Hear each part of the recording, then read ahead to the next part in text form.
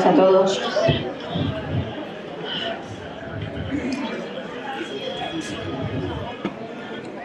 Da gusto estar aquí porque así os puedo ver a todos, que muchos domingos queremos saludarnos todos, pero no podemos, y desde aquí se os ve a todos.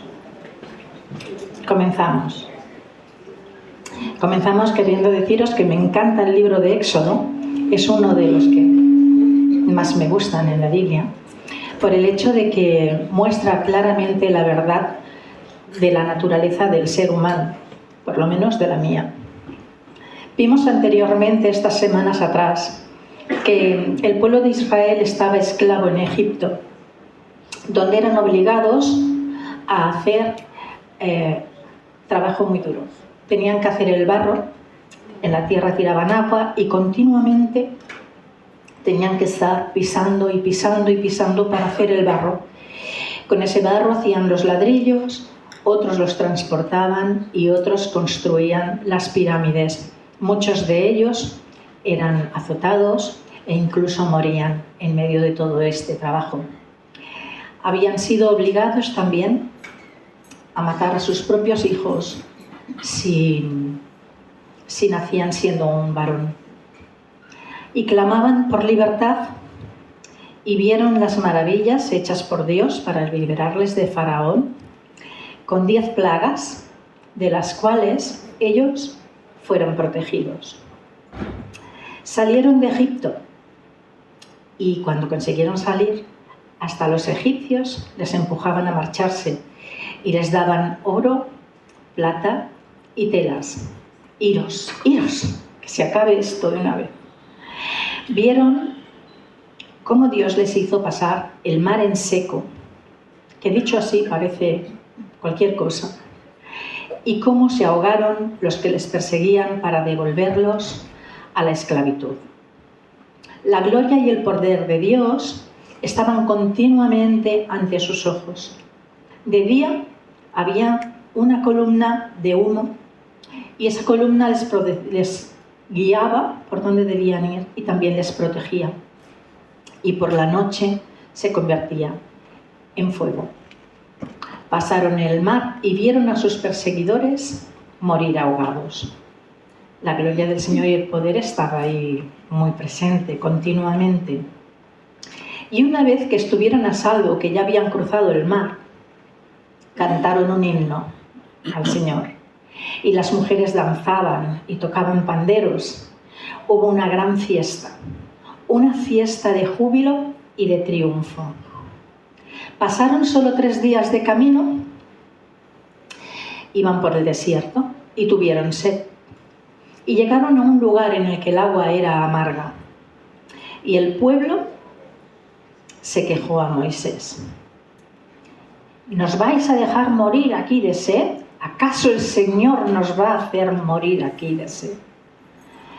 Y no sé tú, pero a veces la queja se presenta, ¿no? Al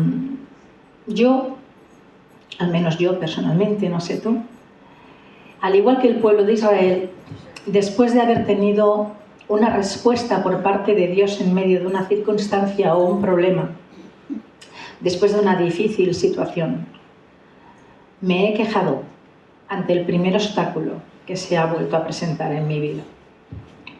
También me ha pasado que cuando otros se quejan alrededor, por inercia, me he dejado llevar también por sus quejas. Me he quemado, como dicen, ¿no? Te queman de oírte hablar y quejarte. Y incluso me he sumado a sus protestas.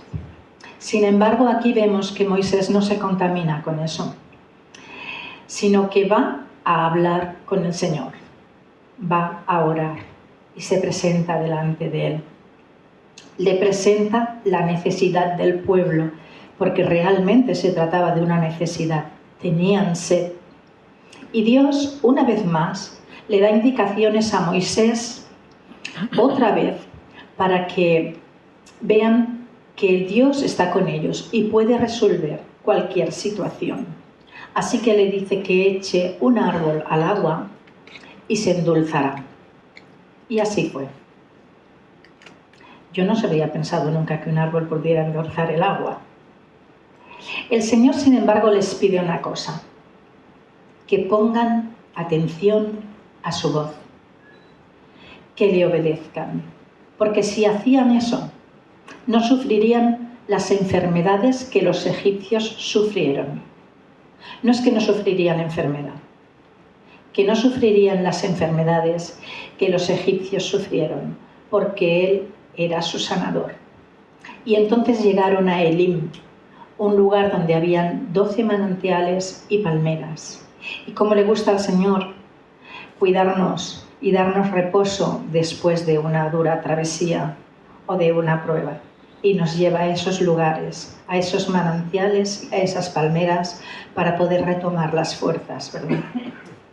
Más adelante se les presenta el hambre. Vuelven a quejarse otra vez a Moisés. De nuevo, están viendo todo el poder, están viendo maravillas, están viendo cosas que la mente humana no puede imaginar. Sin embargo, les vuelve a venir otro problema. Tienen hambre y se vuelven a quejar delante de Moisés y de Aarón. Y no vinieron a hacer una petición de una forma agradable o amable. Hablaron con rabia, con enfado y con reproche. ¿Para qué nos has sacado de Egipto? ¿Para venir a morir aquí? Mejor estábamos en aquella tierra. Hemos dicho que en aquella tierra estaban trabajando muy duro, que les azotaban, que morían. Sin embargo, preferían aquello. A veces estamos tan acostumbrados a lo que tenemos, esa situación que se le llama confort. Y no es confort porque estés bien, sino porque es lo que dominas, lo que conoces. Y entonces te da miedo ir hacia lo desconocido, que muchas veces puede ser mejor. Así que ellos preferían aquello a seguir ante el camino. Moisés vuelve a hablar con el Señor y el Señor le dice que en la mañana verán la gloria del Señor, porque Él ha oído sus quejas contra Él. Ellos se quejaban ante Moisés y ante Aarón, pero no era ante ellos ante quien se quejaban ante Dios, porque Moisés y Aarón solo eran sus representantes. Así que el Señor en la mañana les envió alimento y en la tarde, por la mañana les dio maná y por la tarde les envió codornices. El pueblo de Israel tenía una promesa, la tierra prometida, que sería su nación. Esa tierra de la que sus antepasados tuvieron que salir e ir a Egipto inmigrando a causa de que había una gran hambre en toda la tierra y se quedaron a vivir allí. Esa tierra había sido ocupada por otros pueblos mientras ellos estaban en Egipto. Esa tierra volvería a ser suya, pero tenía que ser reconquistada. Y aquí llegamos a una parte en la que se llama el proceso. Ellos creyeron que iban a ir flotando en las nubes, como muchas veces pensamos nosotros, que por ser cristianos vamos a vivir nuestra vida, como en una nube flotando, como Alicia en el País de las Maravillas. Pero debían pasar por un proceso. No puedes llegar a un objetivo sin primero pasar por un proceso. No puedes ser médico, abogado, fontanero, electricista, sin antes haber pasado por una formación. Y en la vida no hay madurez si no pasas por el proceso de vivir dificultades. El Señor no les prometió que sería fácil, igual que no nos promete a nosotros que no pasaremos por problemas, por escasez, por enfermedad, por muerte. Él lo que promete y lo que nos muestra, igual que les mostraba continuamente al pueblo de Israel, es que Él estaba con ellos. Solo debían depender de Él y confiar en Él. El Señor dice en Isaías 43, 2-3: cuando pases por aguas profundas y gran tribulación, yo estaré contigo, Y si pasas por los ríos de dificultades, no te ahogarás. Cuando pases por el fuego de opresión, no te quemarás. Las llamas no te consumirán, porque yo soy el Señor, tu Dios, tu Salvador. No dice que no pasarás. Dice, cuando pases, porque pasarás por estas cosas, yo estaré contigo. Su promesa es que Él estará en el proceso. Cuando estás en el proceso, dices, Dios no está aquí. No sé si te ha pasado. En medio de la prueba, no sientes a Dios y dices, Dios no está aquí. Sin embargo, Dios está más en el proceso que en la promesa. Hay cosas que no puedes aprender sobre Dios hasta que no estás en el proceso.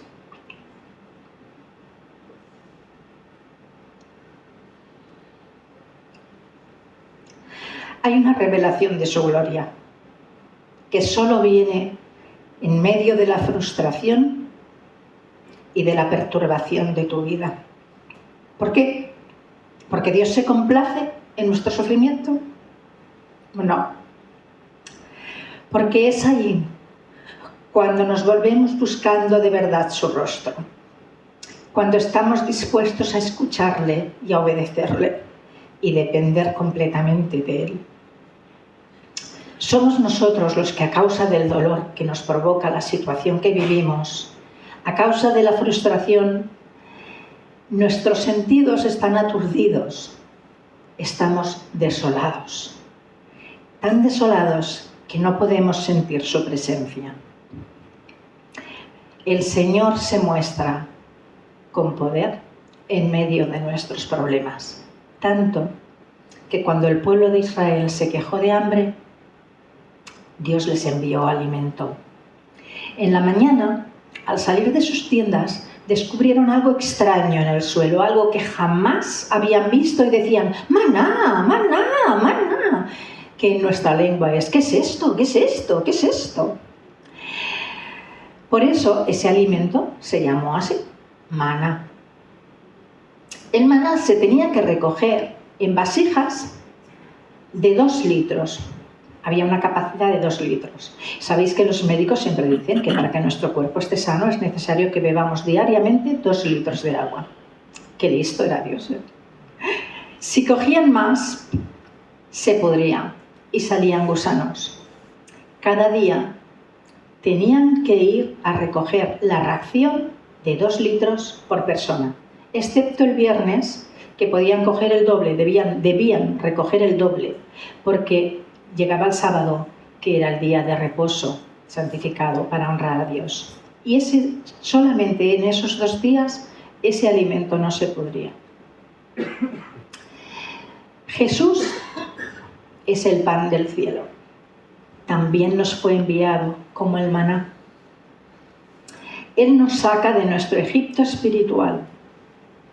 Esos hábitos, esas adicciones, esas prácticas con las que nos dejamos contaminar y nos llevan a vivir vidas de esclavitud, con consecuencias nefastas para nosotros mismos y para las personas que nos quieren y que ven nuestra decadencia.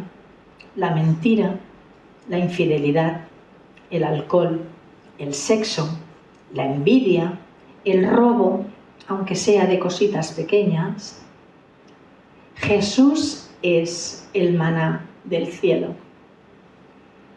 Él vino a romper nuestra dependencia con esas cosas, con su entrega total en la cruz, dándonos el maná de cada día en su palabra. Para vivir vidas de éxito y triunfo sobre estas cosas, tenemos que llenar nuestra mente cada día de su palabra.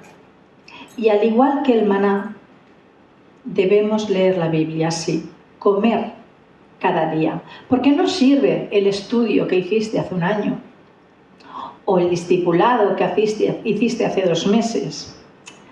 Tampoco sirve lo que escuchaste el domingo pasado. ¿Alguna de vosotros solo come el domingo? Yo tengo el vicio de comer cada día.